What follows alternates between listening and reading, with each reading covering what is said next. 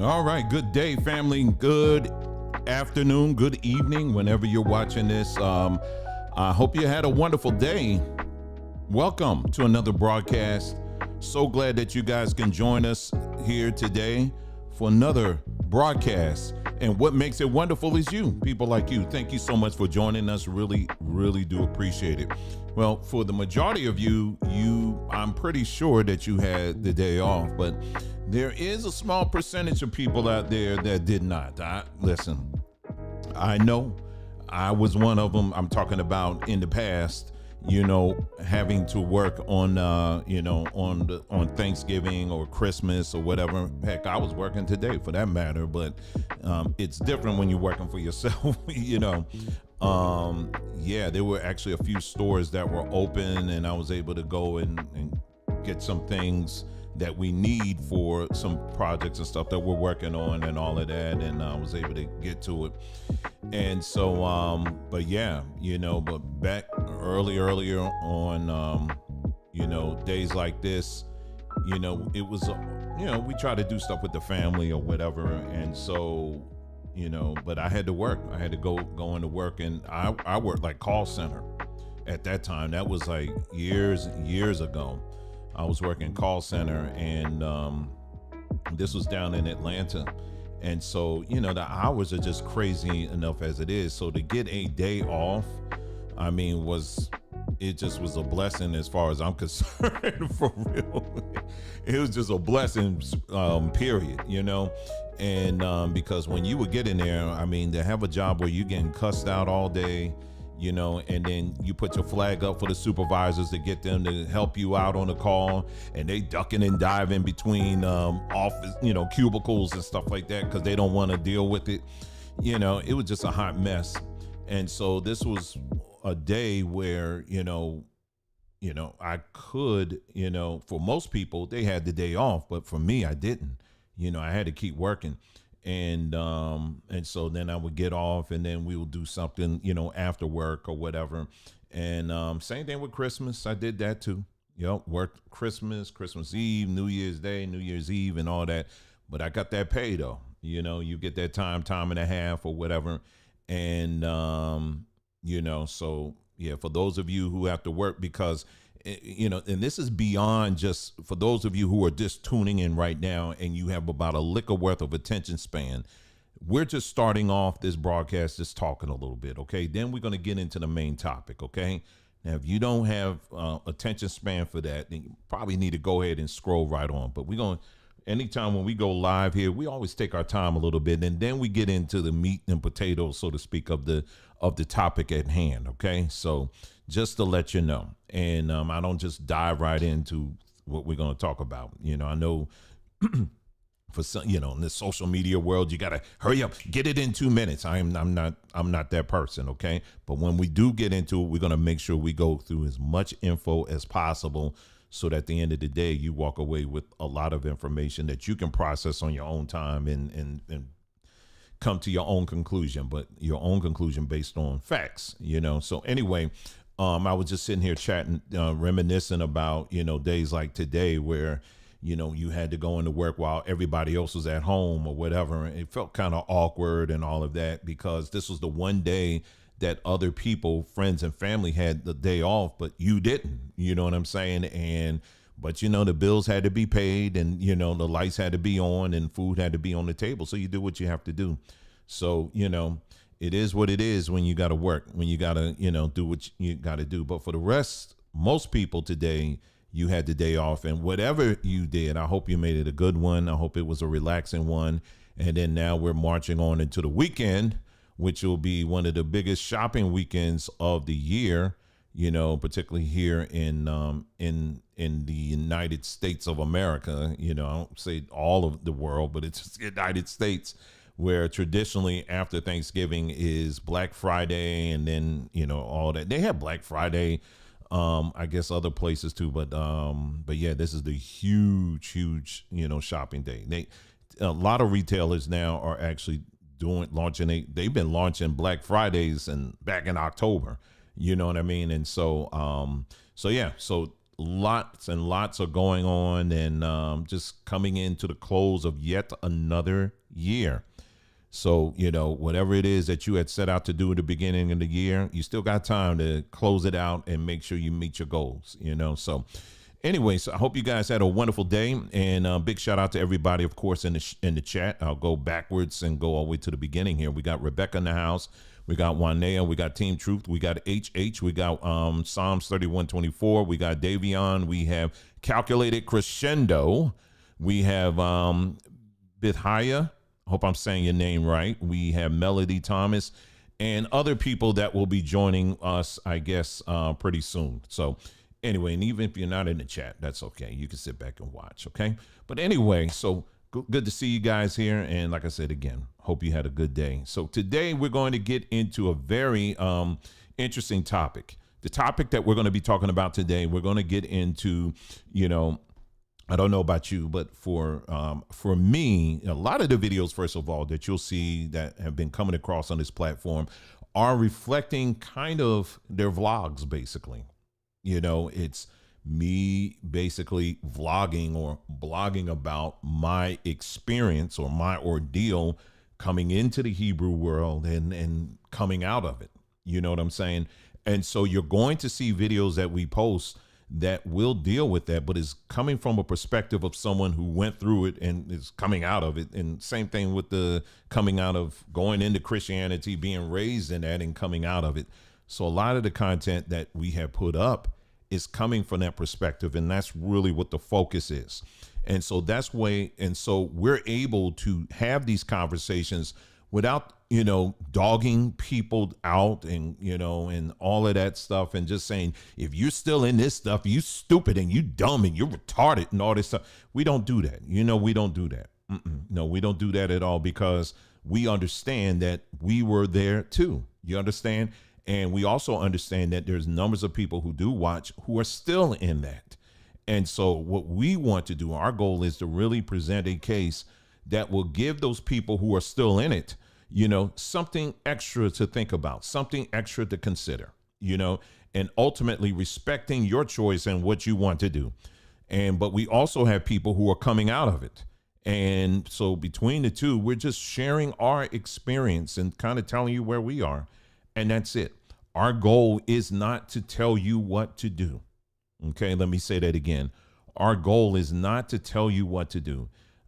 This week I received an email. Was it this week? No, it was this week. It was last week, I think. I received an email from someone who, and I shared this in a previous video, a person who said that they did not have the time to watch the videos. They just saw the titles and basically said, man, this is challenging. And, can you just kind of tell me where this journey is going? And I basically told them, well, where are you going?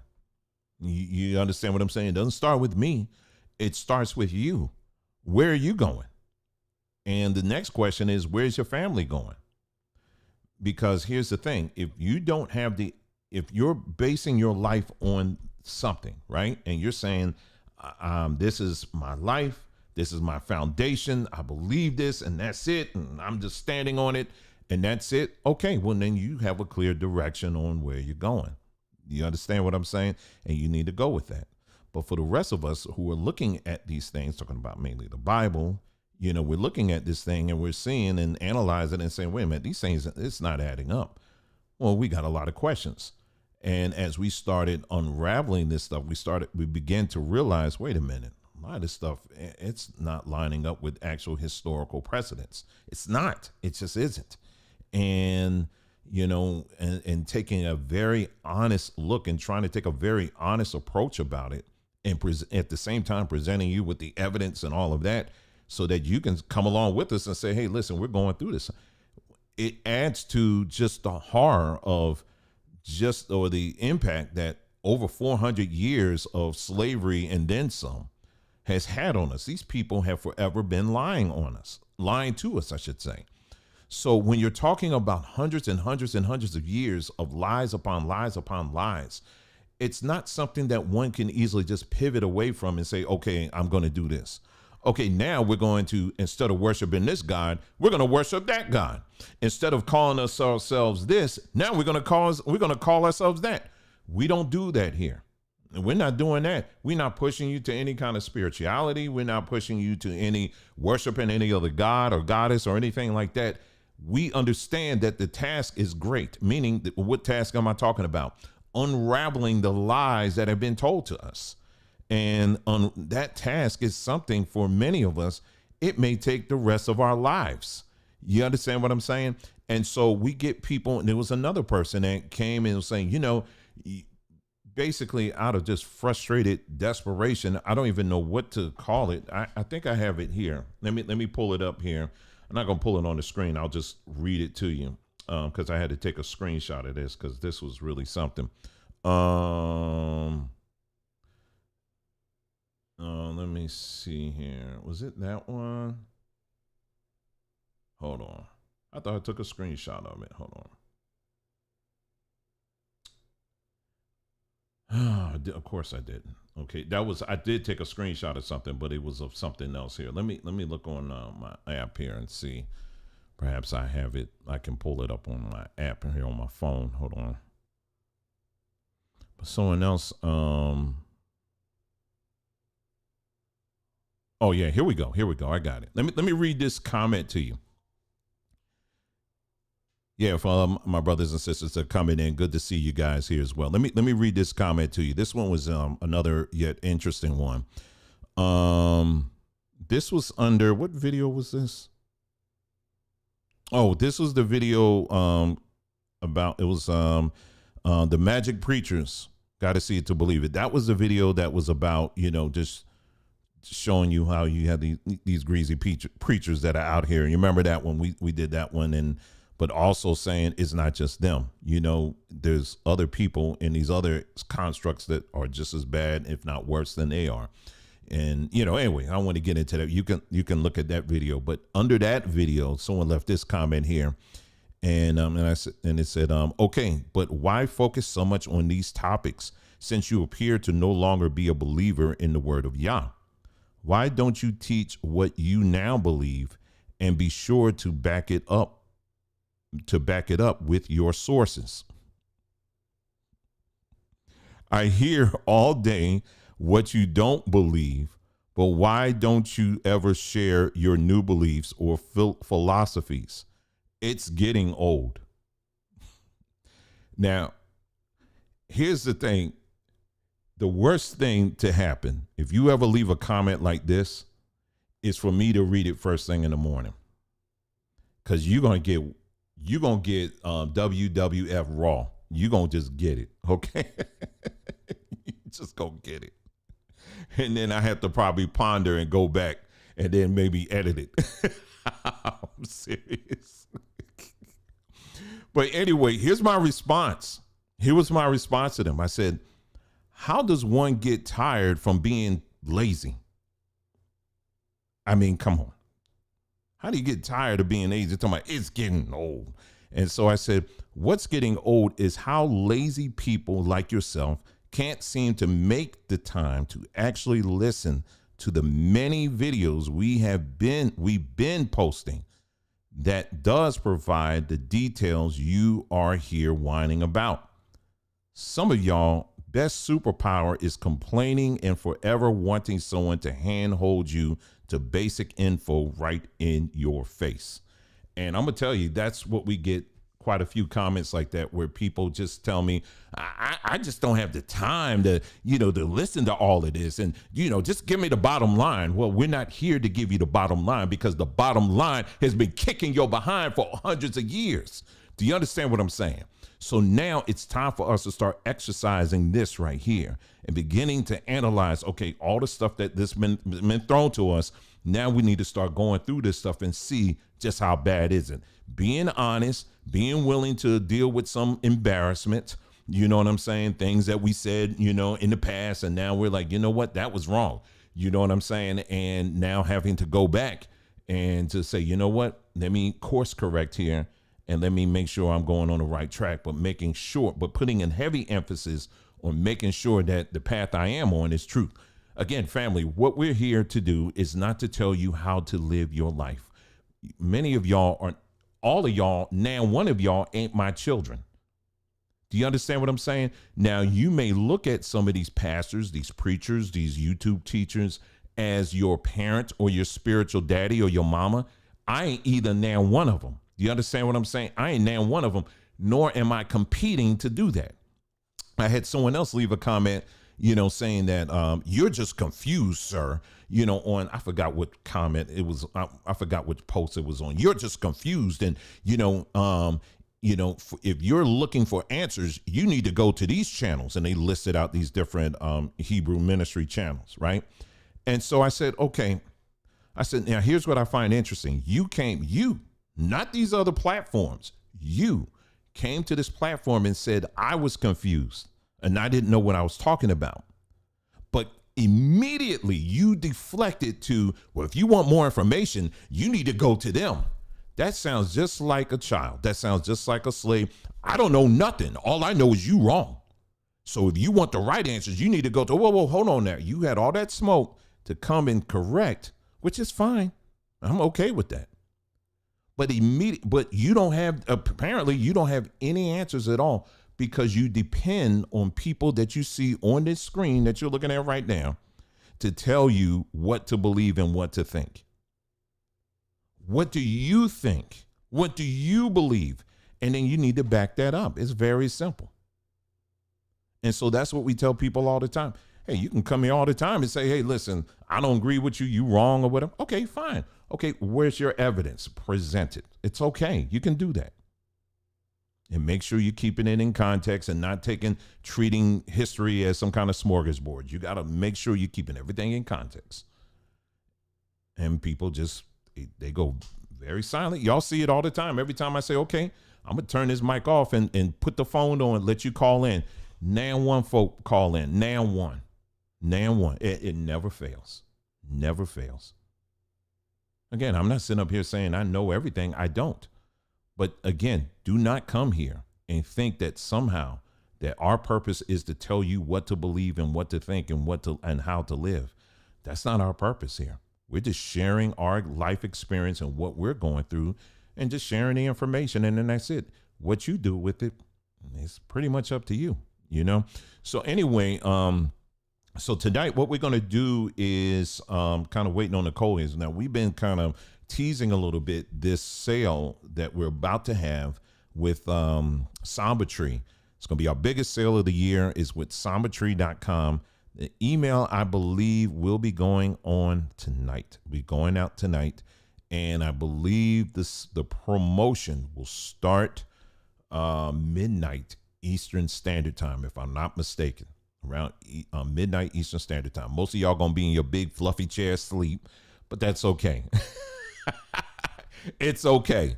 But for those that want, just curious a little bit, we have an email that will be going out tonight shortly, giving you a full breakdown of all the things that is out. Okay. You sent it to that email, right? Okay, good. Okay. So just got word. Yeah, the email did go out. So what I'm going to do now is I'm going to pull out that email and I'll show you that. Okay. Let me see. Yeah, we're going to go through. Oh, you got it. Let's see.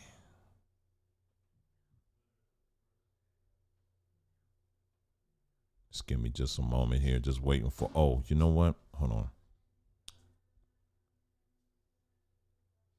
No, I didn't get it. Mm-hmm. Yeah, I had it sent to an email address, and these email companies, they'll take it and shift it into some other folder. So yeah, we're gonna. Okay, let's see. Yep, there we go. All right, let me pull that up. Thank you.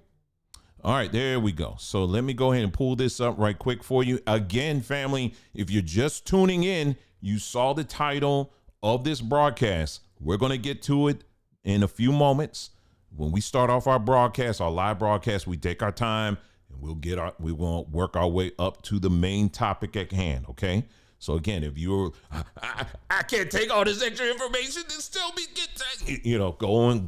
go sit down somewhere. Okay. Go, just get yourself together and we're going to get into it. Okay. Just make sure you use all that energy for when we start laying out the receipts. Okay. All right. So you got to tell people. Anyway, let me go ahead and get this up on the screen, and some very exciting things here that we got going on. Let me go ahead and go through it. In the email, I believe, just went out. And here we go. The Samba Super Sale Season. Save up to 50%. Only at sambatree.com. Our biggest sale of the year launches tonight at midnight Eastern Standard Time.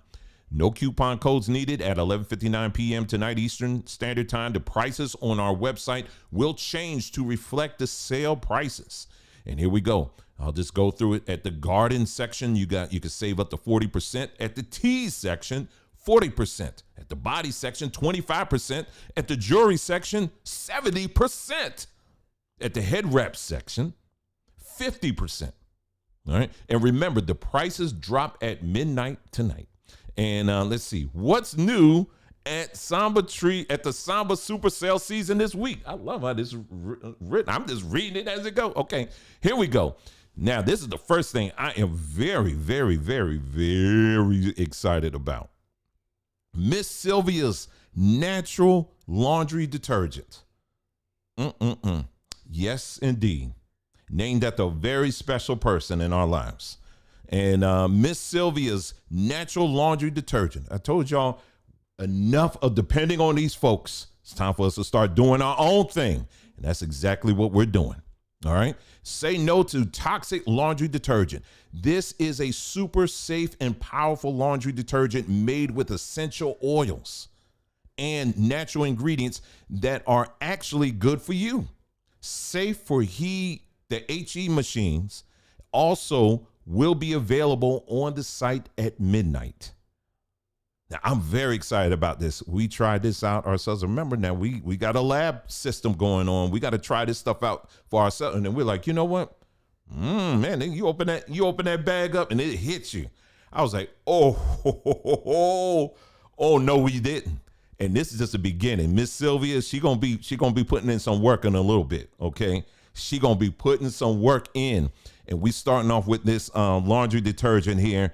And it's something you can use. Smells beautiful. We got different scents, and we are very excited about this, because I'm excited about this because we're not just talking, we're not complaining, we're building, and this is one way we can do it here. And so anyway, we got this going on here. Am I okay? All right, good. All right, so here's another thing that we're introducing as well. 20 new tinctures and extracts to support problem areas and to encourage healing. Now, here's the thing I like about this, because it's very specific. You know, a lot of times when you go into the health food store or the health store, and you're trying to find something to address a certain ailment, right? And, they're like, okay, well, you got to get this herb and you got to get that herb. Hearing the name itself doesn't really, we need to just, honey, tell me I got eye problems. Do you got something for eyes? Do you got something for ashy elbows? Well, lotion. How about that? But anyway, but just something that it's very targeted and it tells you exactly what it is. Tinctures are very powerful. Why? Because you take the actual herb and then you just process it where you're getting 100% of what our creator put in there in an oil form, and you just taking it bloop, bloop, bloop. Remember, there was a whole class we put out and promoted that taught you how you can make your own tinctures. Well, you ain't got to do that. If you like, I'm tired, I ain't got no tincture. Okay, fine. Well, we got some for you. 20 of them. All right. And that's just the beginning. We got, I'm sure some more that's going to be added soon. But, when the site goes up, you're going to see them all laid out, and you're going to see exactly which one it is and which one is going to work best for you. And honey, it's time. Okay. So no more guessing and fiddling and all that. Sometimes we get emails from folks that not sometimes, a lot. What's good for this? Or what's good for that? Well, this is going to probably take some of that down, just some of it. Not that we don't like your emails. We do, but this will make it a lot easier for you when you're looking for the specific solutions to address specific ailments and things that you're dealing with. Okay. So 20 new tinctures and extracts that we're going to be dropping tonight as well. Now, here's the next thing. I tell you, it's like a 21 gun salute, man, with this email. Now, A long time ago, in a business far, far, far, far away, in a land far, far away, we used to sell sea moss gel that was infused with fruit. Y'all remember that? We called it sea sauce. Remember that? We did that a long time ago. Well, we stopped. There was many reasons, but we stopped. But that hadn't stopped people from asking, y'all gonna get some more of this? Or when you go? Because we love that. Now, what sea moss, we talked about the sea moss gel, sea moss gel tastes like it sounds, sea moss gel. That's what it is, right?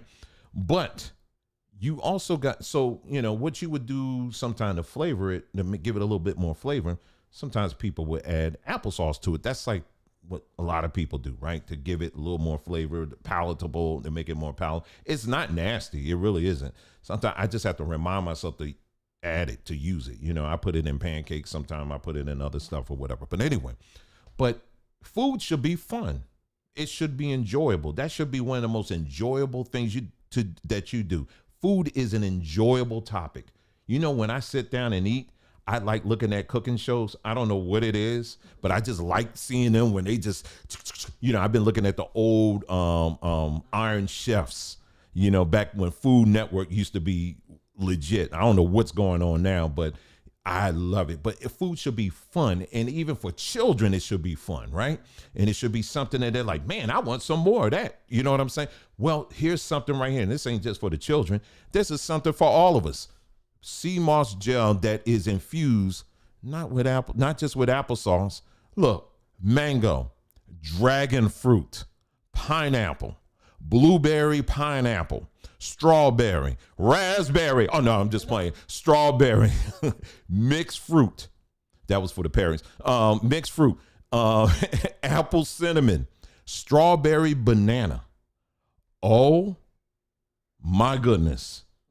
It's a wrap, ladies and gentlemen, just on that topic, okay? So if you're looking for some sea moss infused with some real fruit, I ain't talking about something made up, no red dye number 2 and red dye number 4 and all this other stuff. No, real fruit infused and sent right to your door. Well, you come to the right place, honey. SambaTree.com. You can come right here. We got a whole lot of them that we're dropping tonight at midnight Eastern Standard Time. Remember, SambaTree.com. Now, oh my goodness. Funny. I'm going to have to go to big screen even on this one here.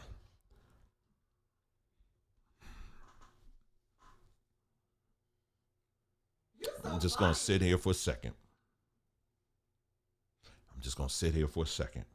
Gonna let it sit there for a second. Let it simmer for a second, okay? Okay, now I can go back. All right, let's go back. This right here has been an answer to what I have been seeking for a very long time. Now, back in a galaxy far, far away, in a business far, far away, y'all remember, we used to sell soursop tea. Remember that? Well, we stopped doing that.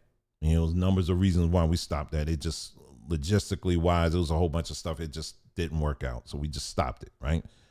But, so we still sell soursop tea, but we sell the leaves and all that, right? And you can still make your own tea and all that. So we still sell that, right? But I have been in my heart, in the secret kitchen of my heart, I have been saying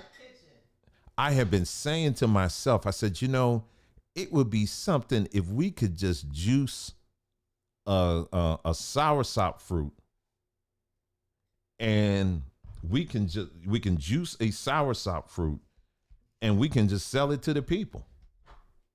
You know what I mean? And I just want to be able to do that, right? So I've been looking. And I gave up. And I said, you know what? Maybe it's just not meant to be. That's right, Overflow. We're going to be dramatic tonight. We're going to be dramatic tonight. I need you to bring your instruments too. Maybe you can add some music to it. But I'm going to tell you, oh my goodness. So anyway, we came across this little thing here. Let me tell you something. We found it, and you see things like this all the time, and I was like, okay, let me look at the ingredients. It's probably sugar and all that stuff in there, and it's gonna have all this other nonsense in here, right? I said, just whatever. No. So anyway, I turn it around, and I'm just gonna show y'all just the ingredients right there. Maybe you can look at that. Maybe you can just take a gander at that. Look at that. Look at that. 100% natural, no preservatives, 100% juice. Sour sop. Now here's the kicker. My mouth is getting dry all of a sudden. My mouth feeling ashy. All right, so let me hold on for a second here. Hold on, I don't want to shake it too much here. Hold on. You're funny. Hold on. All right, let me get this thing together here. Okay, hold on.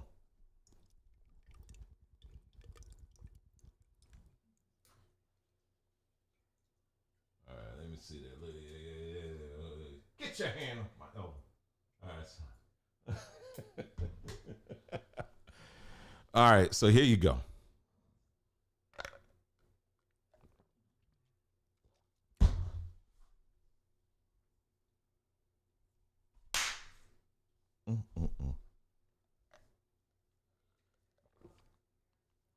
Now this thing right here, I don't know if you can see it or not. Maybe you can't. I'm sorry, it's too dark. But I see things floating in there. Oh no, that don't mean it's impure. No, that means it's even more pure. That means that they even put pieces of soursop in this joint. It's good, y'all. It is good. They put pieces of soursop in this joint, man. What in the world?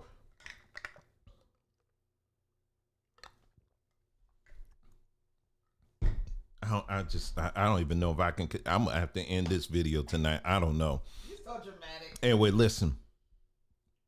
Guanabana. They say guanabana. We say soursop. It depends on what part of the world you in, all right? But if you like soursop as much as we do, then you already know the juice itself is the bomb. I mean, you already know. We've been looking for someone that all we need you to do is to take the fruit, squeeze it, put it in a container. That's all we need. You don't need to add anything else to it. Why are you adding all this foolishness to it? Why? Why are you adding all this? You don't need to do it. And we finally found someone that heard our cry. And they put it in there. And we said, we took one drink out of this thing and I almost cried. I'm serious, because I said, I believe it. I'm going to stop saying I can't believe it. I believe it. I'm a believer. I'm a believer now. And so anyway, this is something that we're adding. It will be available at midnight tonight. And you'll be able to grab some of yours. And so this is a new addition to the family that I am really happy about. And along with the other things too. But I'm going to keep on scrolling here. Here's some other things real quick here. We'll take a short break after I go through this. And then we're going to get into the meat of this. Oh, she said, I never had that before. Oh, honey, honey, let me take a swig just for you. Okay. I did. That's amazing. Really good. You think I'm hyping this up? Now, let's not even get into all the medicinal benefits of soursop. Let's not even talk about that. That's not even, that's cancer. Now, you ain't supposed to talk about any of that. It's very good. Yeah, we're putting an end to all of the foolishness. We're putting an end to all of the foolishness of our people getting Coca-Cola boxes. You go in the grocery store, people getting all this other nonsense. No. There's some good options out here. So anyway, here we go. Let me get back to this. Solid color head wraps are back. All available colors will be uploaded to the site by midnight. Everything starts at midnight tonight at sambatree.com. All right. So if you're part of the email list, you should have gotten your emails. And so, yeah, just go ahead and hit it up at sambatree.com and around midnight Eastern Standard Time tonight, starting the midnight Eastern Standard Time tonight. Anything else you'd like to add? I didn't add anything. Are we gonna try to go? You wanted to go live on Sunday? Is that right? We're gonna try to. Now, here's what we're trying to do. Y'all remember back in the day when we would go live and we would do like live, like food, we're preparing food and all that stuff. Well, what we're thinking about is this coming Sunday. Yeah, hopefully. Hopefully. We'll confirm it. We're going to take you into our kitchen and we're going to demo some of the stuff that we have, in at sambatree.com. We might do a little bit of cooking.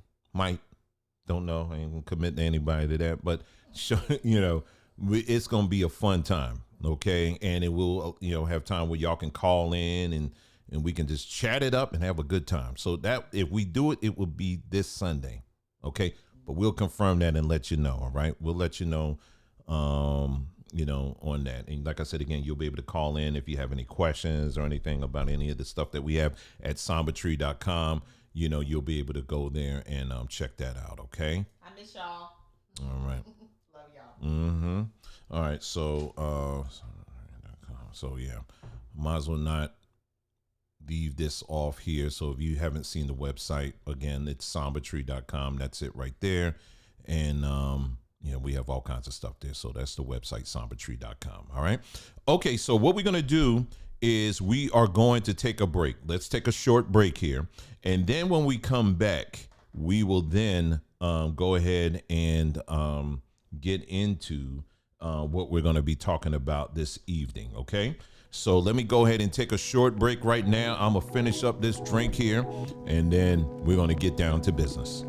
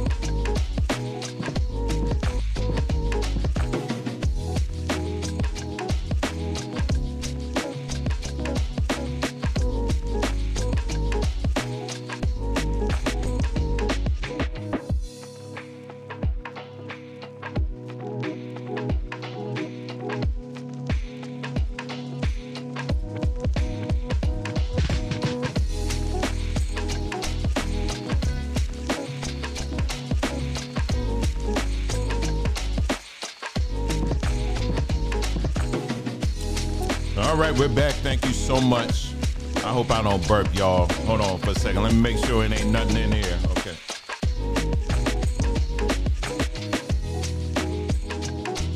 Yeah, I don't want to embarrass myself on there anyway.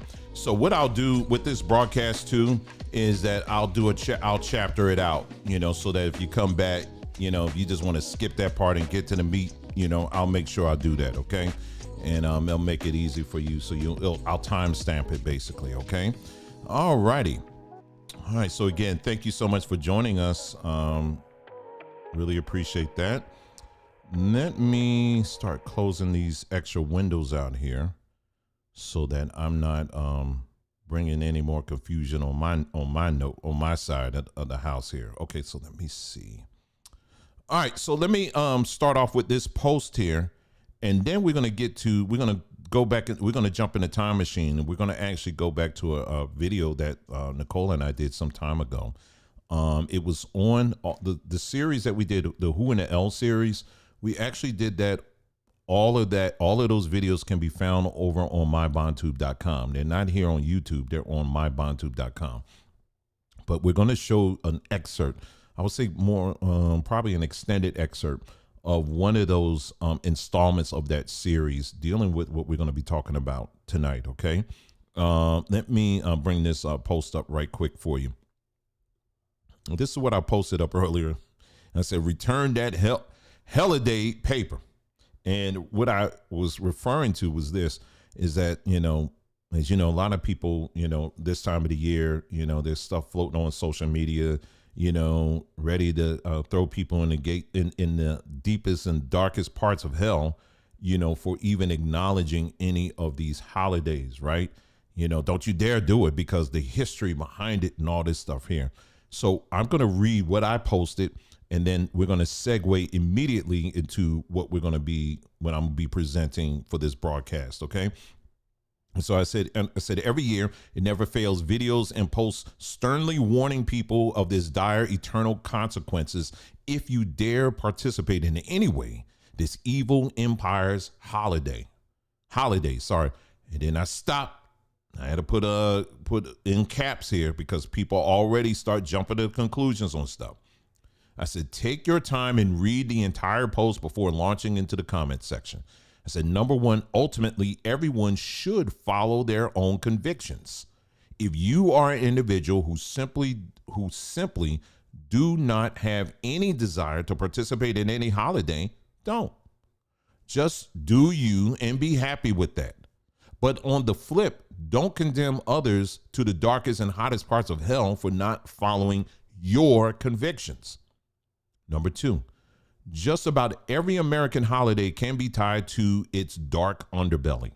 People should take the time and learn about the history of these days and build their convictions based on both historical facts and historical practices in your family. In other words, is your family commemorating the slaughter of millions of natives to this land, specifically commemorating other gods?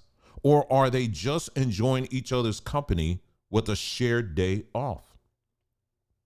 Number three, individuals who go extra hard against this evil empire's holidays also have to stay consistent with their own arguments. Traditionally, most businesses are either closed or open with limited hours on these days. For the ones that are closed, most employees get the benefit of paid holidays. In other words, businesses will pay their employees not for providing work for that day, but to commemorate the holiday to their employees. Most who do have to work on these holidays are paid a little bit extra for the same reasons. So for those who are beating their chests with full conviction that under no circumstance should we participate in these holidays, then that logically means that holiday, or should I say Helliday, payments and benefits need to be returned. Convictions must be consistent. Here come the down arrows. People can't process that. They can't process that. It's okay. It's okay, but it's true anyhow. Later today, and I said we're going to go into this or whatever.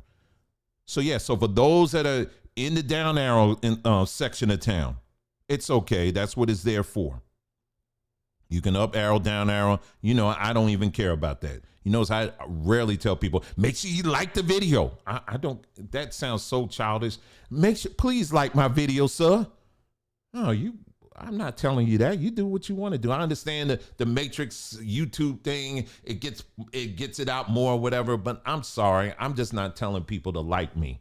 I don't, that's just not me. It just isn't. You understand what I'm saying? So if there's a loss associated with that, so be it. But yeah, people can't associate. They can't, when you lay things out like this, they just want someone to tell them, don't you dare celebrate any of these holidays. Now, did you read anything in there that I told you, okay, yeah, you should celebrate these holidays? No, I did not. I didn't say anything like that. I say you need to stand on your own convictions. But if whatever your convictions are on whichever side of it is you are on this, you got to be consistent with that. You understand what I'm saying? In other words, if you're going to be hard on that, then you're going to need to also be consistent with other things. And what are those other things we're talking about? What I'm talking about? Well, we're going to get into that this evening. Now, and so a lot of times, people who I've seen who are one of the main ones that lead the charge on that are Hebrews. Again, me coming out the Hebrew world, I kind of have firsthand knowledge in that, and I've seen that. And we made changes too, when we were in the Hebrew world or whatever. It was like, oh, we can't do this. Oh, we can't do that. We can't do, and all this.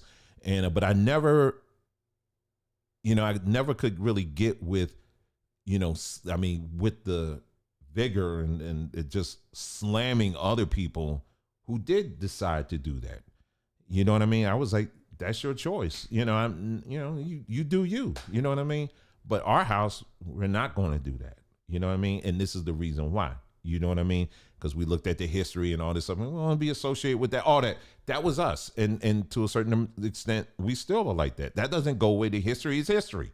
You understand what I'm saying? When it comes to Thanksgiving, when you look at the history of Thanksgiving itself, is really funny when you're on Twitter and see all these Christians up here and say, this is a God blessed America. And, this is a time that, this is a day we can set aside our differences and just think about the goodness of God to America and all this other stuff. And I'm sitting up here like, and so I'm the one that's always reposting pictures of what this is what y'all brought to slavery. This is what that whole mountain of skulls that as a military strategy, when y'all were wiping out the natives of this land, your military strategy was we're going to kill all the buffaloes. And they're standing on top of this mountain of buffalo skulls and all this stuff. Okay, that was your God told you to do that. Okay. You know what I'm saying? So don't think for one moment that I'm a person that I'm kind of don't know or realize the history behind these holidays. I definitely am very aware of that. However, at the same time, I'm very aware that you have numbers of people who ain't thinking about any of that stuff. They just happen to be in a system, the same system that you're in, that is granting their workers a day off that they can get together with their families. Now, whatever they choose to do, some people go hiking, some people go fishing, other people, they sit down and eat. For the life of me, I still don't see how, if I go fishing this day, somehow I'm commemorating pagan gods. It just doesn't make sense. Do you understand what I'm saying? Now, again, having the history of that, the knowledge of that history, you should absolutely take the time and learn the history of it so you're not ignorant to these things. But I'm not going to turn away from those, if I got a day off, I don't know of anybody that's going to say, you know what, I'm so dogmatic about this. Doggone it, I'm going to bang the doors down so I can go to work today, because not going to work is commemorating. You just are. If you're going to, you got to be consistent with that. If you don't have nothing to do with it, then I'm telling you, the holiday money that you got today, go ahead to your office, go to your boss's office tomorrow and say, here's my money, take it back, because it goes against my belief system. It goes against my beliefs. I shouldn't have anything to do with this. But see, all of a sudden now people start coming up with new excuses for that. Well, it does say, what's that scripture? The wealth of the wicked is laid up for the just. See that? Yeah. See, yeah, that works. That applies, and it's like you find some scripture, you can make the Bible say whatever you want it to say. For real. So yeah, be consistent and give the money back. Give it all back. Tell them that you'll work extra hours and make up your holiday. Go ahead and do that. Because after all, you don't want to celebrate their days. You don't want to acknowledge their days at all. But you notice that people won't ever say that. And this is something I would bring up from time to time, even when I was in the Hebrew world, in Hebrew space, and just never, ever, ever get a straight answer on this thing. So anyway, so tonight, what we're going to do is we're going to take go back and like I said, again, it's funny how we get people from time to time. They'll say, you ain't giving us enough information, but I don't have time to watch your videos. Well, we make time, we put hours and hours and hours and hours and hours of time and research and things into these topics that we're talking about. And we've done a ton of videos on this. Many of those videos you will find over on mybondtube.com. And by the way, thank you for all of those who have contributed to that platform. We really appreciate it. It's not just us teaching on there. We got a lot of other stuff on there. I'm still trying to figure out, someone asked about when we're going to do the next movie night. I'm still trying to figure that out. But we have movies on there, documentaries, we got news, all kinds of stuff on there. And big shout out to everyone that contributes to that, either by donation or actually uploading videos. Really appreciate each and every one of y'all. Thank you. So we did this series, it was called Who in the L Are You Following series. And let me put this link tree back up here. Hold on. Link tree. Okay, linktree.com. Okay, here we go. I just want to pull this up on the screen for you. I haven't updated. I'll be honest with you. I haven't updated this page in a minute, but I'll put the link in the chat here for you so that you can have it and you can, go to it on your own time. All right, let's go here. All right, it's in the chat now, so you can bookmark that. Okay. So anyway, let's go to, so you just scroll down here and we have links to many, many other videos, not all of them, certainly not all of them, but many of them. But right here, you will find the whole Who in the L series that we did, okay?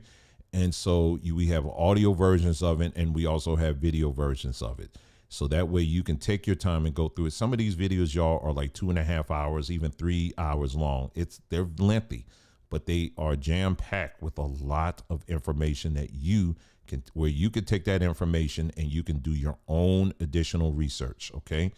You're going to have to do it. You're going to have to do your own research on your own, okay? Don't just take our word for it. You need to do the work too, all right? So you'll find it right here on our Linktree page, along with some of the other series that we have as well, okay? But tonight, what we're going to do is I'm going to flash back to one of those installments where we looked at the history of, because when you listen to these Hebrews, they will say, they like using the word Hellidays. These are all Hellidays, right? But how often have you heard of any of these people? They do some deep research into all these different things and what the system is and how evil the system is and the Jews and who they are and all that. They'll do all these deep dives and all this stuff. But there's certain topics that they will tend to stay away from. Well, we're going to talk about one of those topics tonight, and that one is the origin of the calendar. In the Hebrew world, they're really big on the calendars, and what calendar? We follow the moon or we follow this and all that other stuff, right? And then the months, the special days and things like that. We actually did a video where we went a little bit further and we looked at, okay, where did this come from? How did this come to be? That's what we did. And so what I'm going to do, I don't know how long this clip is because I'm just going to play it straight from the website, from BondTube, and we're going to listen to it. And I'll try to make it as big as possible so you can see it. And we're going to listen. All right. Now, like I said, again, if you're an individual, you don't have the time and you just want the bottom line, this ain't the place for you. Okay. We're not going to just say things. We're going to give you the information. All right. And so anyway, so let me pull this up here. This one is going to be, all right, here. Okay. It's going to be this one right here. Who the L are you following? Unmasking the real biblical Israelites. Okay. And so that was the name of this one. Let me see if I can, oh boy. Okay. Let me make that a little bit. Okay. Here we go. I want to make it as big as I can. If it's not 100% clear on the screen, I do apologize, but you work with what you have. And you're going to hear Nicole chiming in a little bit and all that. So it's going to start off talking about, I think the origin of the word sin. Where does that come from? We're going to talk about, I think it's going to hit that a little bit. Then it's going to get into the calendars, the Hebrew calendar, the name of the months, where did those names actually came from. And then I think there's a couple of other things. If I need to stop for a minute and to, kind of make sure that, we're keeping the discussion going, pushing, we'll do that. Now, you see this particular video is 3.5 hours long. We're not playing all that, we're just going to play a small snippet of it. But that's what I'm trying to tell you. It's a lot. It really is. And you got to make the time to, listen to this stuff. So anyway, so without further ado, let me go ahead and hit play on this, and let's take a listen, and yeah, here we go. This is basically what it looks like. Again, what they are saying is that this is the oldest written text. You and I both know that, again, this is based off of, I'm just going to say, white man's history, because you had a whole entire continent of Africa where there was all kinds of writing and building and all kinds of stuff. They done left all that out. But we're looking at their history, right? And so according to their history, they say this is the oldest written language. So one more time, cuneiform came, this is way before Hebrew. I just want to establish that, okay? All right, so let's go. So this is more of it. This is what it looked like, okay? This is part of the clay tablets and stuff that they found, all right? Very neat kind of layout here. The language actually looks kind of neat, very creative looking. When you look at like how we write English language, it's so plain, and it's just so, these folks, can you imagine writing this on a tablet and messing up? Oh, there's no whiteout. They probably kick you out. That's it. And you got to start all over again. So they were very intentional in everything that they wrote. All right.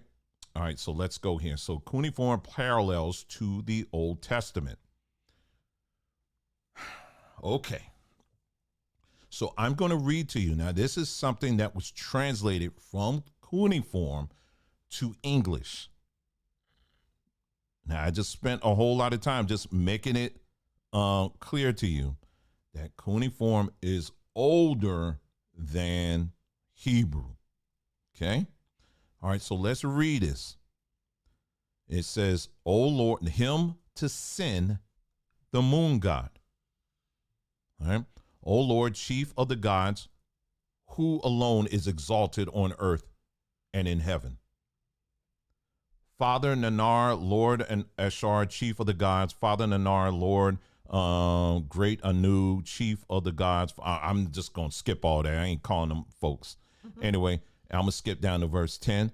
O strong young bull with huge horns, perfect in limbs with beard of lapis lazuli color, full of glory and perfection. Fruit which hath created itself of lofty form, beautiful to look upon, in whose being one cannot sufficiently sate himself.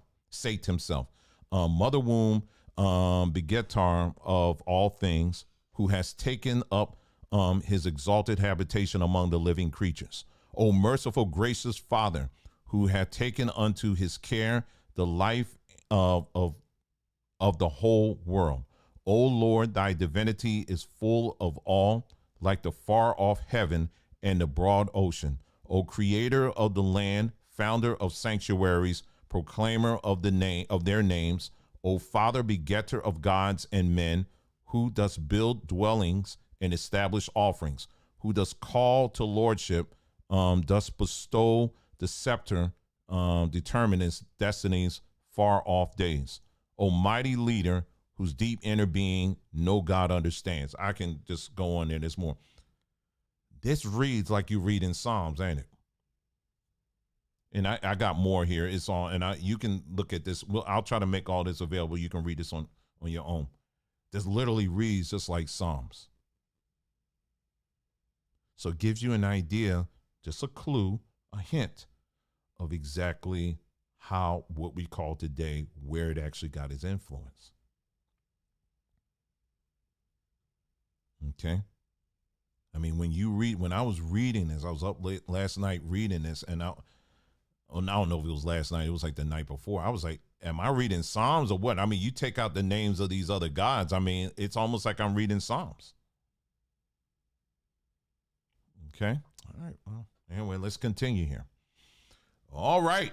Now, what we just read to just now was a hymn to the moon god, Sin. Now, how many of you, I know for me, when I was little, we had I had my Bible, children's Bible, children's Bible back then, they just had a picture of white Jesus holding some little white children on the front. But when you open it up, it was just a full Bible. It was a full Bible with a map. It wasn't no cartoons. They ain't had none of that in there. They ain't had no little jokes and all that stuff. It was just a Bible. It was an adult Bible, but they just put a little, Jesus holding children. And I remember that Bible that I have. I think I actually still have it somewhere. I saved it. I was at my parents' house and I was like, oh my goodness, we still got it. And it's still intact. It's taped, but it's still intact. There's a map in there that shows it's like the biblical map, right? Or where, everything took place in the Bible, in Bible times. There's a section that's called where the children of Israel, where they traversed, when they came out of Egypt. And it was a place called the Wilderness of Sin. The Wilderness of Sin. We're going to come back to that. All right. We're going to come back to that. All right. Well, actually, we're here. I'll just continue on. All right. The Wilderness of Sin, or the Desert of Sin, Midbar, is a geographic area mentioned by the Bible as lying between Elim and Mount Sinai. Sin does not refer to sinfulness, but is an untranslated word that would translate it as the moon. Biblical scholars suspect that the name Sin here refers to the Semitic moon deity Sin, who was worshipped widely around the entire periphery of pre-Islamic Arabia, the Levant, and Mesopotamia. Okay. So when the Bible talks about they wandered in the desert of sin or the wilderness of sin, some Bibles they'll actually say S-I-N, they'll say Z-I-N, but it's the same thing. They were, so we're to say that the Most High set them in the desert of the moon god. That's what we're to believe.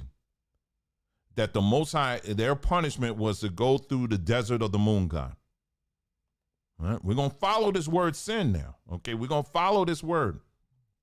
And what I would encourage you to do is start feeling your own way in this, meaning that as I'm listening to, I know for some of you already in your mind, you're like, well, that must mean, and this must mean, that's right. You keep going there. Okay. We're in the same boat now. Everybody ain't going nowhere, but it's okay to feel your way around the room here. Okay. This is a please touch museum. Okay. It's okay. All right, let's go. All right. We're going to learn more about this. Now I know, forgive me, the text is small, but I had to fit it all in. All right. All right. So this gives us a little more context of this God Sin, S-I-N. All right. The Sumerian, another name is, Sin is a Akkadian. In the Sumerian, it was Nana, N-A-N-N-A. Now, I don't know if some of you grandmas out there, if your children call you Nana, I don't know. I don't think that's tied to it. I think that's just short of grandma. So don't trip. Okay. All right. But there was this word, Nana, in Mesopotamia religion. So anytime you hear Nana, it's also referring to the god or the god Sin. All right. In Mesopotamian religion, the god of the moon, Sin was the father of the sun god Shamash, and in some myths of Ishtar. All right. Blah, blah, blah. All right. The goddess of Venus with them formed an astral triad of deities. Nana, the Sumerian name for the moon god, may have originally meant only the full moon, whereas Suin later contracted to Sin, designated the crescent moon. At any rate, Nana was intimately connected with the cattle herds and were the livelihood. That were the livelihood of the people of the marshes of the lower Euphrates River, where the cult developed. The city of of the same region, was the chief center of the worship of Nana.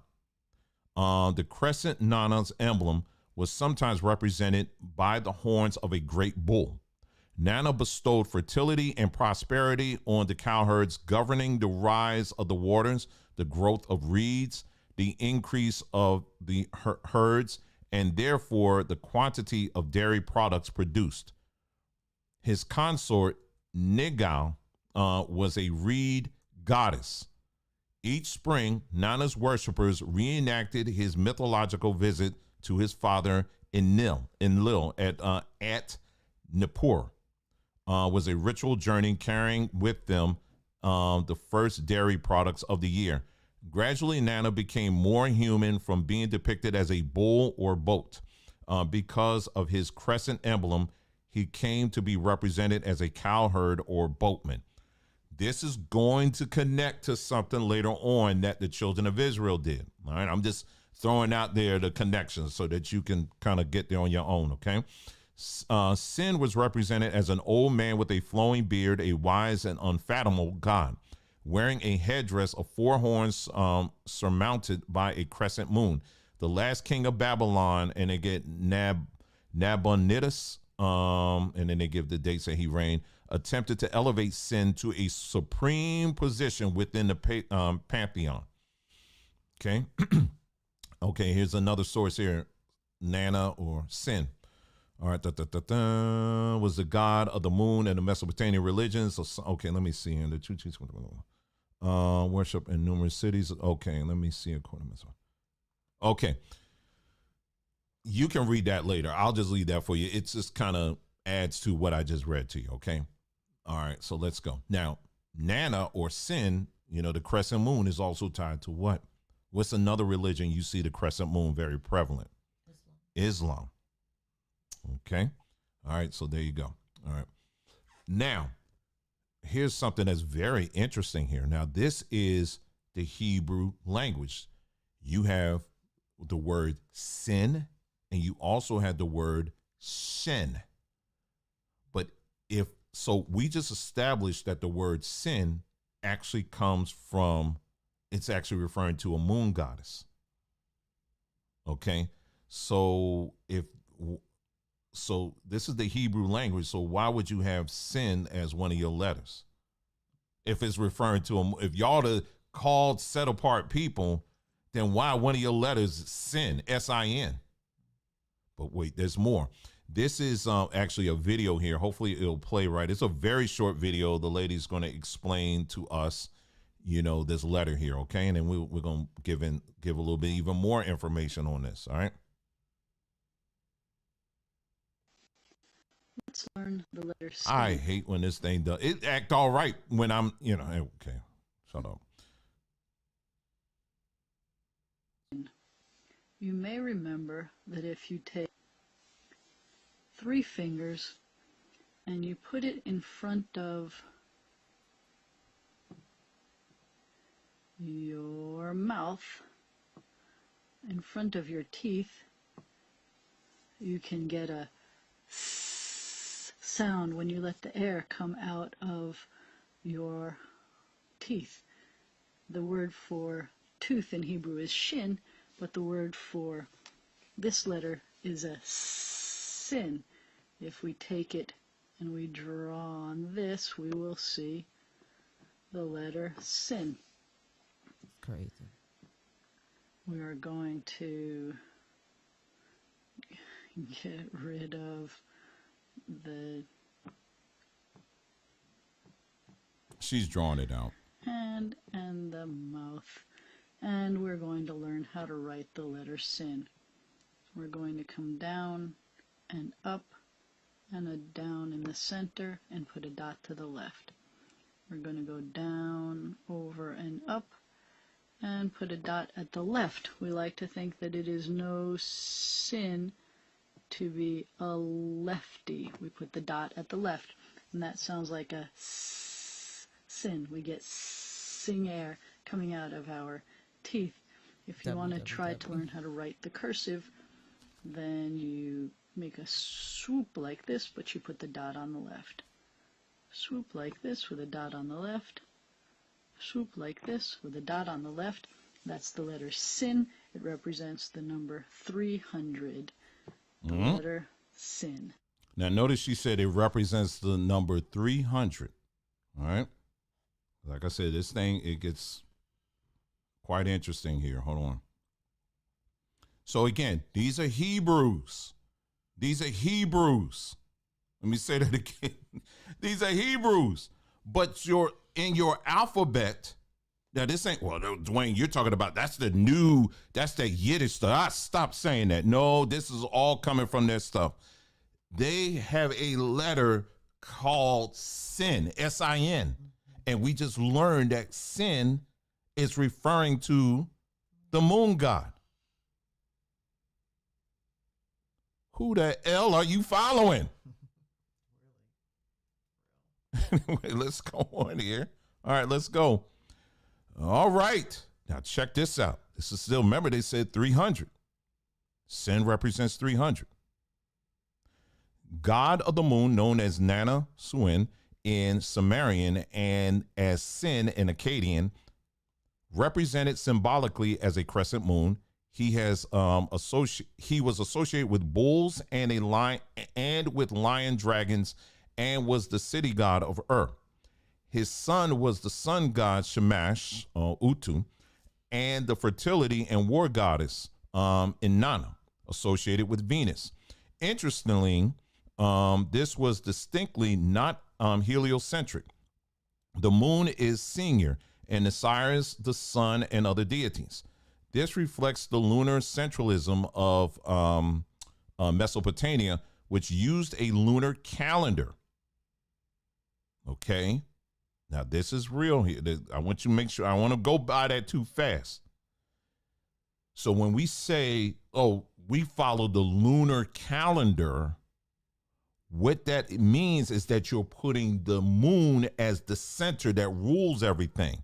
But notice everything we're saying here, they made them, it's because the moon was a god. It was something to worship. The moon was the center. Do you understand what I'm saying? So when you develop a whole calendar around it, that's called moon worship. That's what it boils down to. Okay. The moon is senior and the signs of the sun. Okay. This reflects the lunar centrism of Mesopotamia, which used a lunar calendar. Sin was the head, and all knowledge came through him, reflecting that much Mesopotamian science came from studying the moon phases and the stars. He had a lapis lazuli beard and rode a winged bull across the sky. His numerology association was the number 30, the average days in the lunar month. His worship continued in some Mesopotamian in the 5th and 6th centuries CE. And Byzantine and Islamic sources attest to the fact that his stronghold in Haran celebrated one of his festivals until the 9th century CE. All right, blah, blah, blah. All right. And the numerology of the moon god is 30. Now you go back to what I just showed you. The numerology of the letter of the word, or the letter sin in Hebrew, is 300. That's no coincidence. I know they're two different numbers. One's 30, the other's 300. They both got threes in them. That's not a coincidence. What you're going to find is that throughout, when you start looking at the Israelites, the Hebrews, whatever, they will make slight tweaks to try to throw people out, just enough to say, just to try to bring some differentiate from these original sources. So again, sin is ultimately referring to the moon god in every way, and is baked into their letters, into their very alphabet. And lapis lazuli, I meant to say lapis lazuli, at least today it's blue. The color lapis lazuli is the color, like there's a stone, lapis lazuli. It's blue. It's the Keep color that blue. Okay, that's gonna come back. Because you're gonna be my other part of my brain, because that's gonna come back. Okay. Okay. Yeah, that's a very important. I didn't know that. Okay. Mm-hmm. The sacred numbers of primary deities are as follows. And then here it is right here. You can see it here. When it comes to Nana, it's 30. All right. So again, I'm just going through all this to show you that, it's all linked up. They're very clear that this letter is ultimately represents the moon god. All right. This right here, I'm not going to read all this, but this is stuff these are artifacts that they found off the coast of what we call today Israel. Here we go. Another moon goddess. This is the goddess Luna, which came from sin. All right. Luna that's Roman. All right. That was a Roman goddess. And, everyone they used to all copy from one another. They always just steal from one another. But Luna was inspired. The creation of Luna was inspired by the god Sin. All right. And then they have some other stuff here, Dionysius. And then they have this one they said depicting an African slave. I don't look like no African, but anyway. So, yeah, but this they said was, this is what they found. All right. Right in Israel. All right. Traces of the worship of the moon god Sin among the early Israelites. I told y'all it's going to be a lot, y'all. I'm trying to plug through it. Okay. The argument presented in this article belongs to the late Dr. Okay, hold on. I'll read part of this. This one, I was really trying to show you the title, but I'll just read part of this here. The argument presented in this article belongs to the late Dr. Julius Louis, professor of Semitic languages and biblical history at Hebrew Union College, Jewish Institute of Religion. He was most interested in the complex problem of the influence of other Semitic peoples upon the early history and religion of the various Israelite tribes before the settlement in Canaan. And then he goes on. All right. I have the whole paper too. Anyway. The worship of the moon god Sin goes back at least to the 3rd dynasty of Ur, where the god was honored in the form of a golden calf with crescent-shaped horns and a long flowing beard of lapis lazuli. Woolley found several of the images in his excavations of the royal graves at Ur and has produced some striking drawings of the images in his report. That these images are in fact of the god Sin can be seen by the following description found in Sumero-Akkadian hymn that to that god: ferocious bull, whose horn is thick, whose legs are perfected, who is bearded in lapis and filled with luxury and abundance. And it goes on. All right.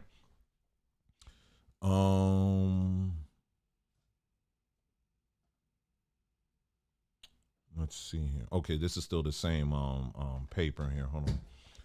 All right, the name, they said, let us examine here in passing only the names Terah and Laban.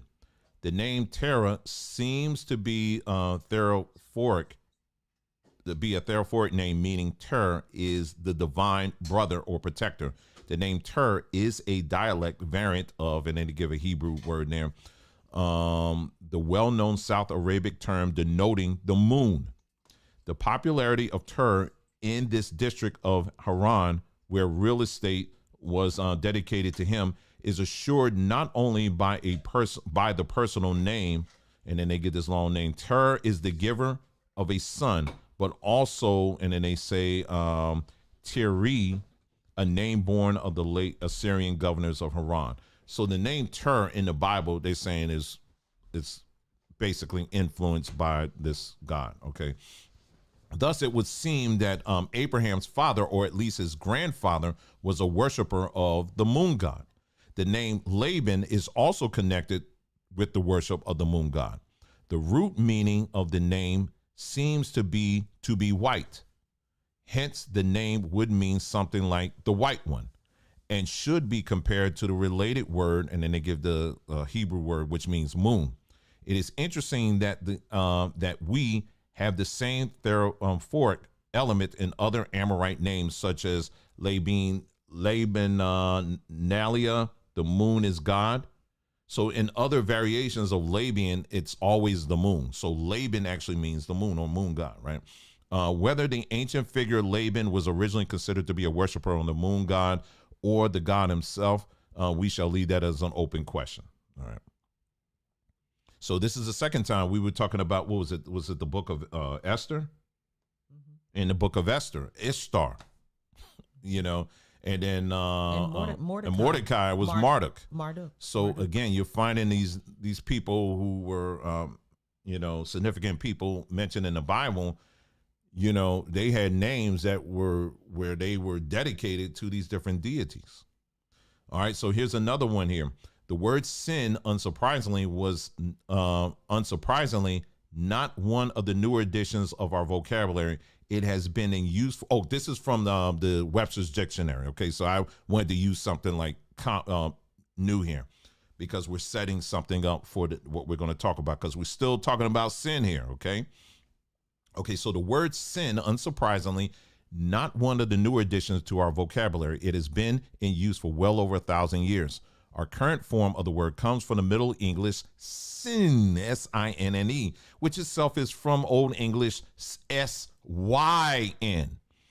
Now, these people are trying their darndest to try to say, the word sin, it kind of, have you ever wondered, by the way, I'm doing this talking about sin, have you ever wondered where that word came from? Well, now we're starting to know where the word sin comes from. Now, what they're trying to imply here is that it came from, it's an Old English word. It can't, that's what they're trying to say. But here's where they let themselves, they let the cat out of the bag, which is itself from an Old English S-Y-N. And I'm going to come back to that in a moment. The original meaning of sin were largely concerned with religious matters, a transgression of religious law, an offense against God.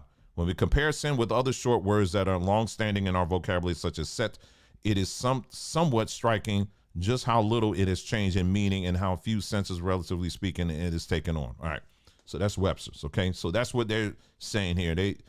Trust me, they're telling on themselves on this, and I'll show you why. All right, so again, we're getting to the wilderness of sin, like we talked about, right? This is the wilderness of the moon god.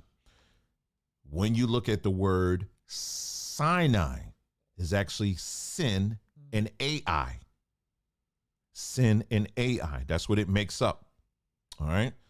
I don't know if I have all my stuff for that yet, but there were some things I said, let me pump the brakes because this is too much for now. All right. So sin and AI. So this mountain this mountain range, it was AI. AI was actually a town, but it was actually on a mountain. All right. But sin and AI. So when you see Sinai, we say Sinai, but it's actually sin and AI. Okay. We'll get to that later. All right. So this is like a picture of Mount Sinai or Sinai. All right. And if you think I'm stretching again, you're like, oh, Dwayne, you stretching that. Okay. Isn't that interesting? You got Sinai, S-I-N-A-I, in the wilderness of S-I-N. Yeah, no, it's related. Trust me, it's very much related, okay? We'll get to that. I may have had something that gives a little more on that on here. Not sure. We're going to just continue on because I had a lot of slides to go through here. Just real quick, this is just an artifact. The Hazor bull, strikingly similar to the figurine found near Dothan in Samaria. The bronze bull from Hazor dates to the 14th century BCE, making it a clear Canaanite object. In the Canaanite pantheon, the chief god was El, and his principal epithet was Bull El. All right, we're leading up to somewhere. Okay, here we go. The bull and moon. All right, let's see. Strolling through the Israel's museum. I think this is in a article.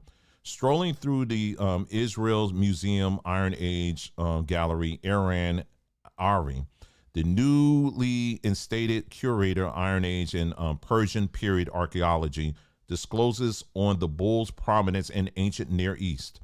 Until the invention of the steam engine, the bull was the most powerful force man could harness and was integral to prosperity in agrarian society, he explained. Let's see. In much of the ancient Levant, the bull was associated with storm deities like the Canaanite Baal or his Syrian cognate, Hadad. A 15th century stele was from Ugarit. From Ugarit in northwestern Syria, for example, shows a thunderbolt wielding Baal or Baal adorned with bull horns, as you can see here. So this bull horn thing is going to keep coming up. Anytime when you see the bull horns, it's not just bull horns, it's also tied to the crescent of the moon. Okay. It's tied to the same thing. So anytime you see two horns, it's tied to the crescent of a moon.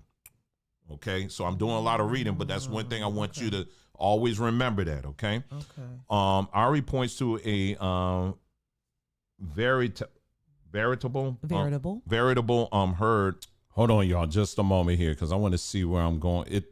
I don't want to overwhelm y'all with too much stuff here, because there's quite a bit here. Okay, so at least what I did here was we went in further talking about where the word sin came from. So I think you got a pretty good idea of all of that. So what I'm gonna do is I'm gonna skip just a little bit to get to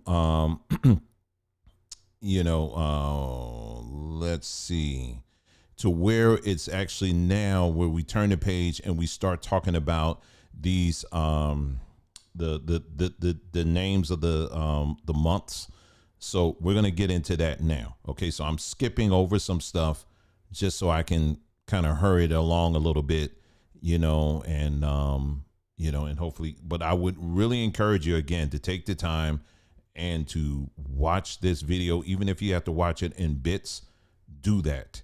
Take good notes, and then you look this stuff up yourself and verify it. Okay, that's what I would encourage you to do. All right, so let me skip along here and to the other three texts in which independent.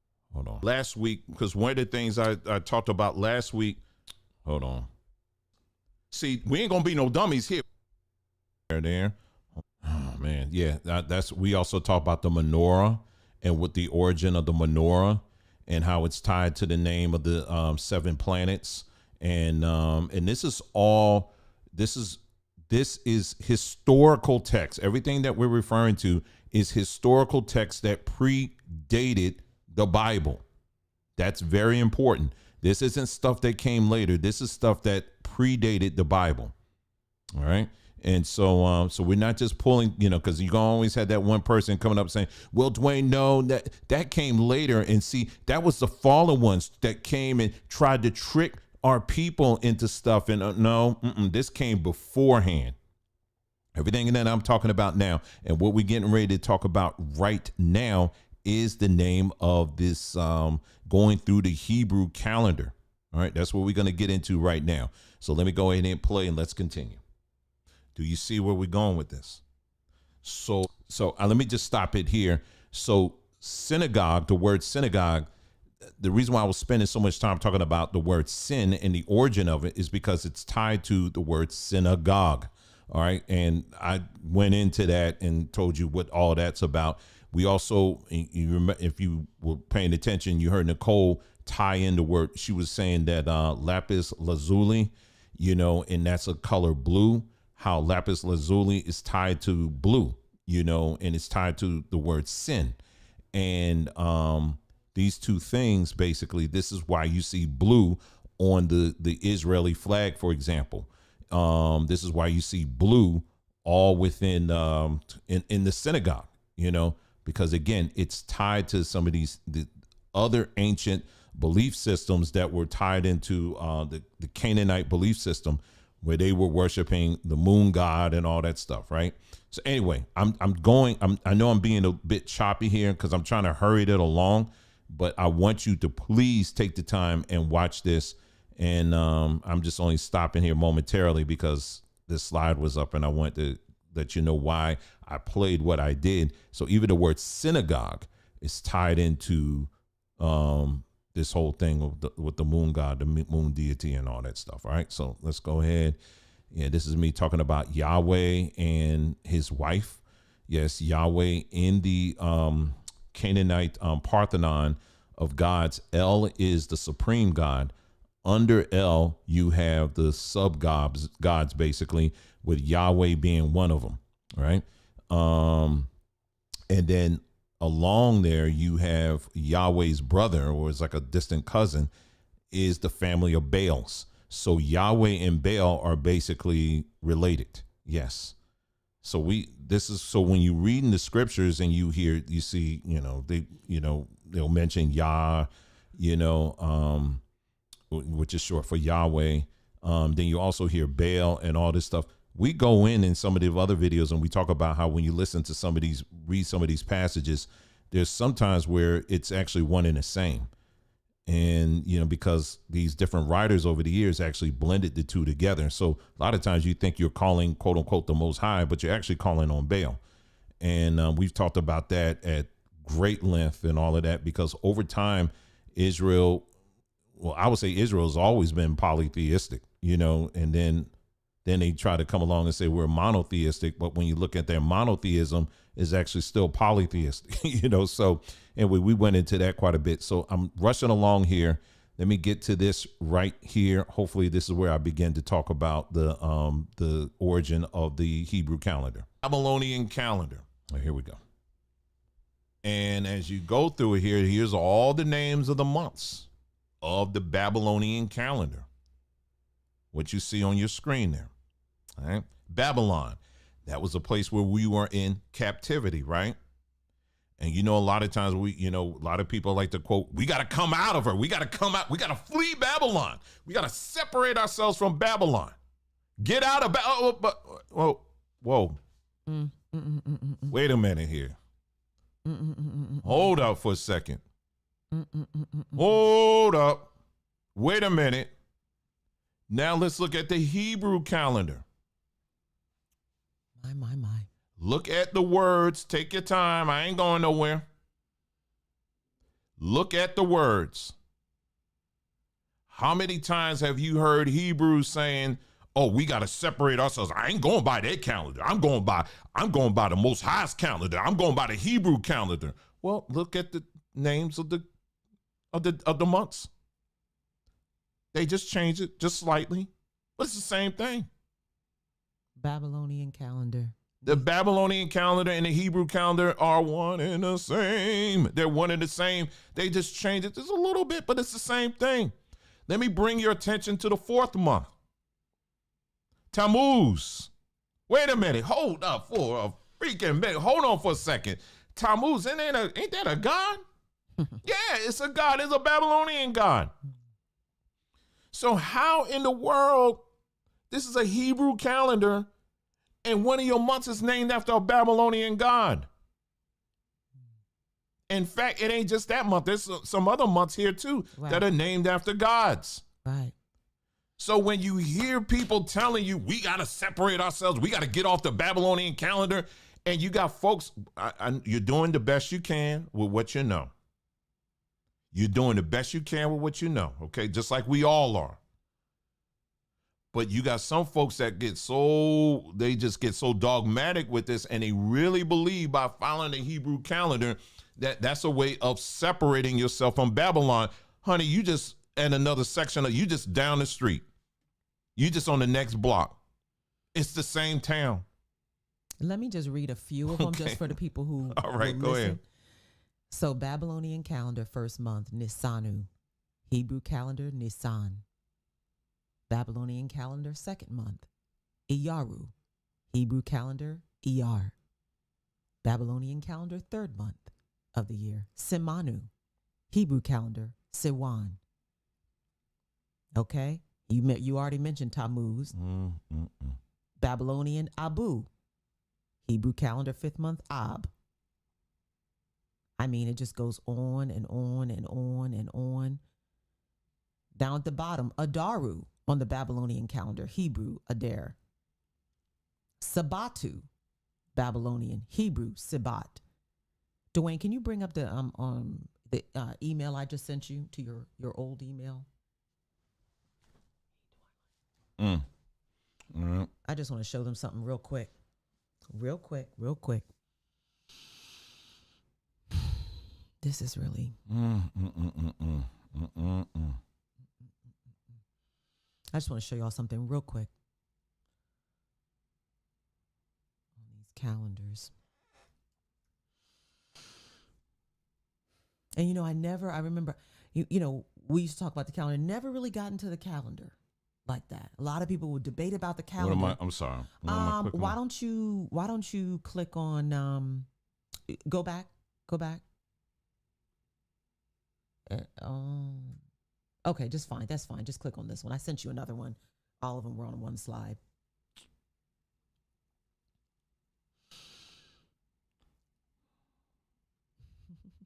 The one you had open is fine. So you can just bring up either one of these. Okay. And you bring up all of them, actually. It's going to be one at a time. Okay, that's fine. That's fine. Sorry, once you finish your thought, what you were saying, I'm sorry. Yeah, just, we never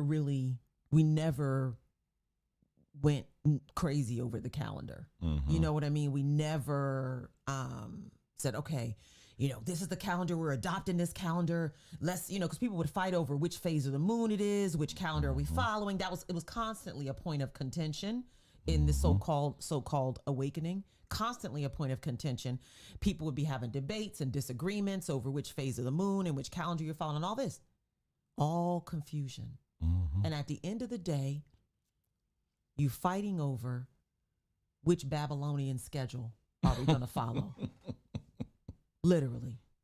Mm-hmm. Right? So this is real simple. Can you bring up the next one? It never, for me, it never was natural. It never felt natural. Right. And we get emails from people who, want us or want me to explain it. And I was like, I'm not the one. I don't know how to do it. Right. So you look at this one.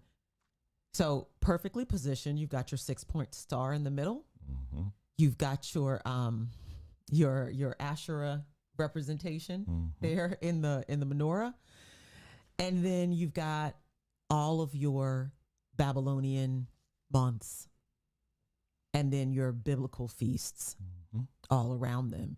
And again, there's absolutely, positively no way that you could be observing whatever it is you're trying to observe on the proper day, in the proper way, if you're following a Babylonian calendar, because there's absolutely no way the Babylonian calendar is going to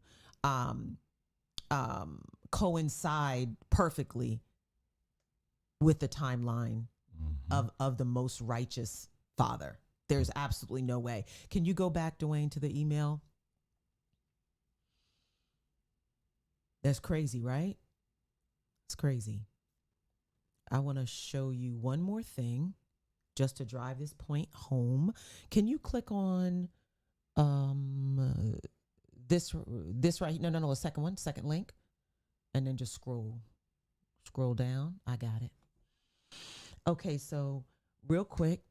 Oh, can you put it up on screen so they can see it?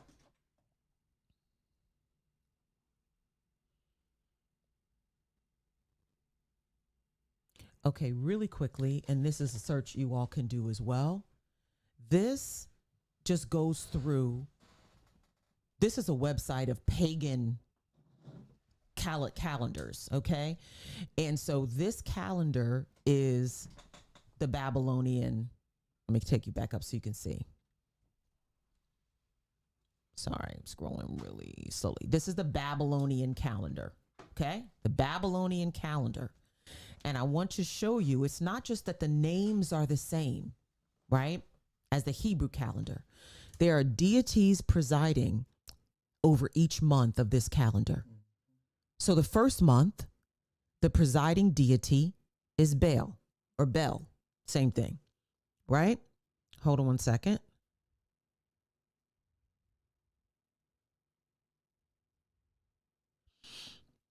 Right, Nasanu, presiding deity Bel. The second month, Ayaru, presiding deity Ea. Third month, Manu, presiding deity Sin, that we just talked about. So on and so forth. Fourth month, which is Tammuz, the presiding deity. Well, figure that. Tammuz. The fifth month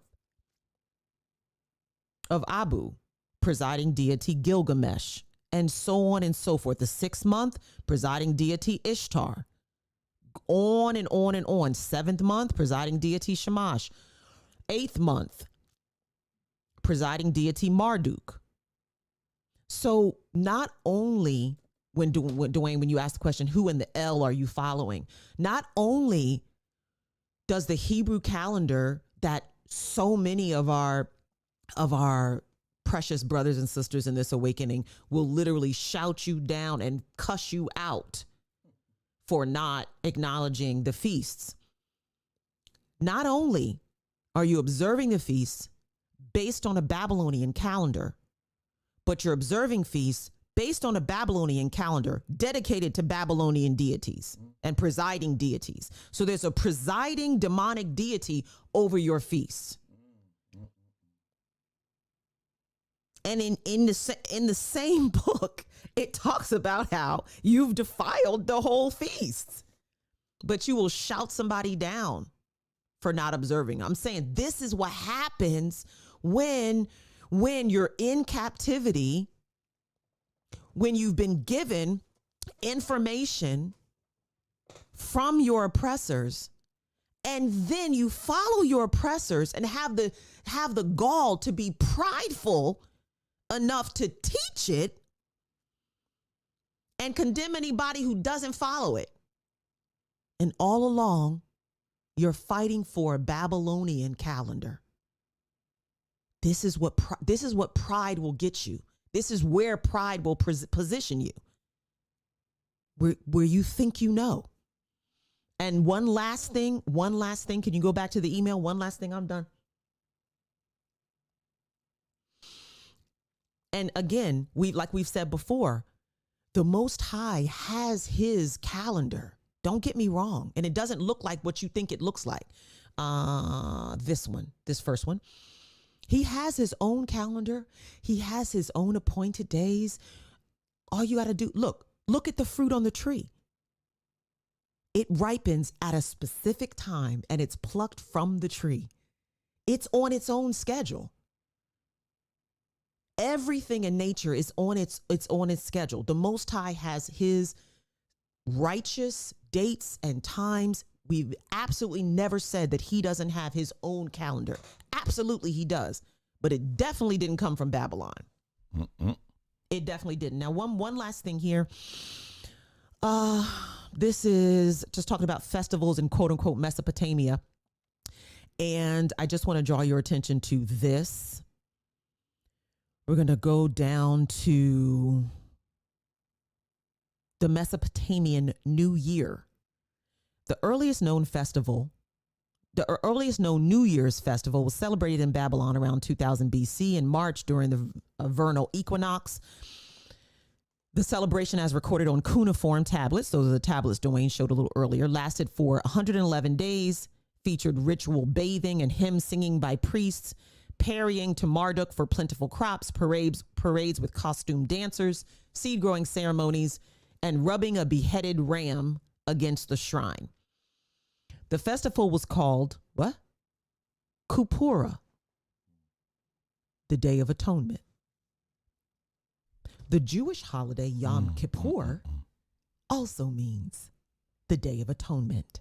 Now, obviously, we know the Day of Atonement on the Hebrew/Babylonian calendar is in the fall, right? Is that in what, September, I believe? And this New Year festival on the Babylonian calendar is in the spring, okay? But I'm just drawing your attention to the fact that Kippura was the Day of Atonement in Babylon, and the Jewish Yom Kippur also means the Day of Atonement. If you're still fighting for, to follow these people, and we're telling you and showing you, and Dwayne goes into a lot of detail. I just be going to I just go to just show you the bullet points so you can kind of get it. But either way, the point is that they are literally, they leading you to hell. I mean, you are literally following them back to Babylon. And that's the point, that's the point of all this. So we just wanted to bring that out about the calendar. There you go. There you go. All right, so let's go here. We're going to continue here. We're getting through, y'all. Babylonian calendar, Hebrew calendar. Again, that's it right there. And this is what she just went over here. Oh, you already had it. Well, that's fine. They need to hear a different voice, I guess. And, so this is the same thing. This is a chart that shows the presiding deities over each one of these days. In months. Oh, months, sorry. And then now fast forward to more the Greco-Roman kind of thing that we're under today, they followed suit. They followed suit. So Yeah. January, February, March, they all named after deities and That's right. gods and stuff. So it's the same thing. It's the same thing. The difference is that we being here, we don't have our own nation. So we can't create, dictate, or enforce any calendar. This is what was given to us. But your Hebrew people, Jewish people, they quote unquote have their own state. They could, even if you say, well, that's because some people like to say, well, that's because of the Babylonian captivity, the calendar is dictated by the political power of that time. And so it just lasted throughout no. They got their own state. So if they say that they are the real Israelites, if they say that they are his chosen people, why would you keep a calendar that represents your oppressor? And you have the power to change it. So again, yes, we follow the Gregorian calendar, meaning this country follows, this world follows the Gregorian calendar, but we don't have the power, so to speak, to change it. We don't own our own state, nation, nothing. But they do. But they still follow the Babylonian calendar because it is them, because that is who they are. They are Canaanites. That's who they are. Babylonian, Egyptian, they borrowed from all of it. There you go. Same thing with the days of the week. Same thing, as you can see here on your screen. Same things with the days of the week. Let's see. Babylonian is sin. And what is this? Oh, yeah, Monday. So Monday is Moon Day. Yeah. All right. So there you go. So it gives you all right there. It's all the same, family. It's all the same. Nabu, Hermes, All right. So now we're getting back to the blue. We're going to talk about that color blue. All right. All right. So, yeah. So that's it. Yeah, that gets sent. So if you want to watch the rest of it, go to mybondtube.com to the one that's called Who the Hell Are You Following? Unmasking the Real Biblical Israelites. That video is about it's definitely just it's a hair over 3.5 hours long. And there's a lot of info there. Now, again, if you're watching this and you're showing that, hey, listen, I don't have the time to do that, then you need to keep, then it's best for you to stay on the trajectory that you're on already in your life.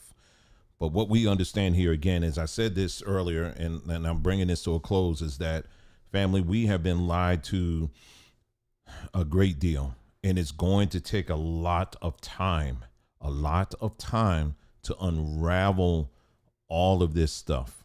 It's going to take a lot of time to unravel all this stuff, and a lot of patience. If you're like, okay, well, what's the destination? Where are we going? Well, the destination should be into a place of total truth. That's what the destination should be. If you're looking for someone to tell you, okay, well, the God that you're going to be worshiping now is this, and the way you worship this God is this, and this is the God's name.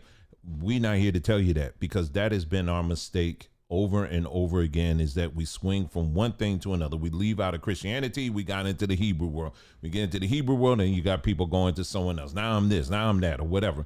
But enough is enough. We got to clear out the deck. We got to clear out the lies so that we can stand on truth. That's it. And so this broadcast tonight was specifically dealing with, those in the Hebrew world, in the Hebrew space, who will spend a great deal of time, warning the world, warning you that, these holidays or Hellidays are evil, wicked, and demonic, and you should have nothing to do with it. But it's very interesting that as many of these platforms are known for spending hours and hours and hours of breaking down the scriptures and breaking down the word and all this other stuff, it's interesting that this topic, like this one here, I never heard anybody talk about this. Doing a side-by-side comparison between the Hebrew calendar and the Babylonian calendar. Like we mentioned before, if Babylon was such a bad, horrible, and wicked place, why would the Hebrews keep their calendar? Why would they? And not only the calendar, you also had the gods associated with it as well. And one more time, you know, the Bible itself, it's a multi-layered book. I cannot express this enough. There's nobody out here, I'm talking about non-Jewish, non-Hebrew person. When I say Hebrew, I'm talking about the Jewish people. If you are not of that, in that circle, at best, you are reading the Bible like you're reading a book, a novel. That's the problem that a lot of our people do, is we read the Bible as if we're reading a novel.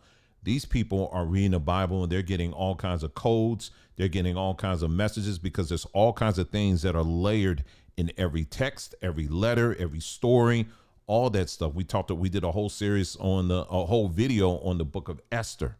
And if you think the book of Esther is a nice little story that really happened, of a girl who really, you know, just wanted to serve God and just to be humbled, and she got all this stuff.